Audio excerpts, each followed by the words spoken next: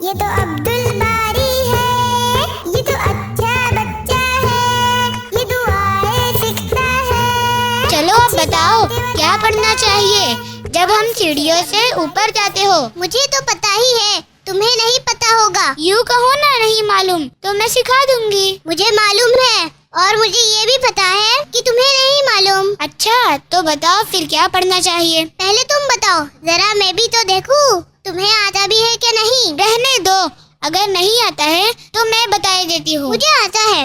देखो, सीढ़ी उतरते वक्त सुभान अल्लाह और सीढ़ी चढ़ते वक्त अल्लाहु अकबर। अरे वाह अब्दुल बारी, वाकई में तुम्हें मालूम था। और क्या, मुझे सारी दुआएं आती है। बस अभी रहने दो, लेकिन हाँ अल्लाहु अकबर ही कहना चाहिए। अब चलो जल्दी स्कूल की तैयारी कर लेते हैं। आपा एक बात कहूँ, वो तो मैंने ऐसे ही कह दिया था, मुझे नहीं मालूम था। देखे मैं कहती हूँ ना तुम्हें नहीं पता। मुझे पता है। नहीं। ठीक है चलो, अब सिर्फ कुछ ही सीढ़ियाँ बचे हैं। चलो तुम भी कहो अल्लाहु अकबर, अल्लाहु अकबर।